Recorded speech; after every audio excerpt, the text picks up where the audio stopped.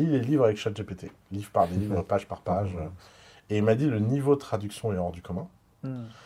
Même sa compagne qui est japonaise dit qu'elle est impressionnée par elle est parfaitement bilingue et elle dit Elle- j'aurais jamais pu traduire avec cette qualité-là.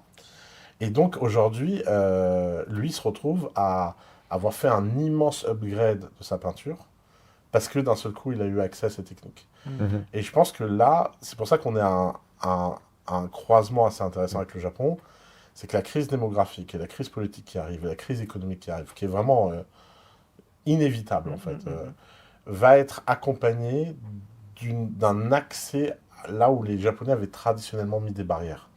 Et moi, je le vois dans mon expérience de voyager au Japon, quand je vois par exemple l'expérience de mon équipe qui vient pour la première fois au Japon et mon expérience à moi d'être venu au Japon ouais. pour la première fois en Mhm. 2012. Oui, Ça n'a rien ouais. à voir en fait.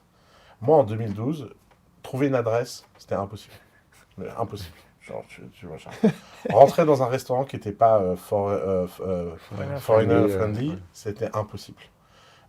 Tu venais, ils te servaient pas, ils te donnaient une carte en japonais, tu disais des trucs au hasard, tu comprenais rien, Mm. etc.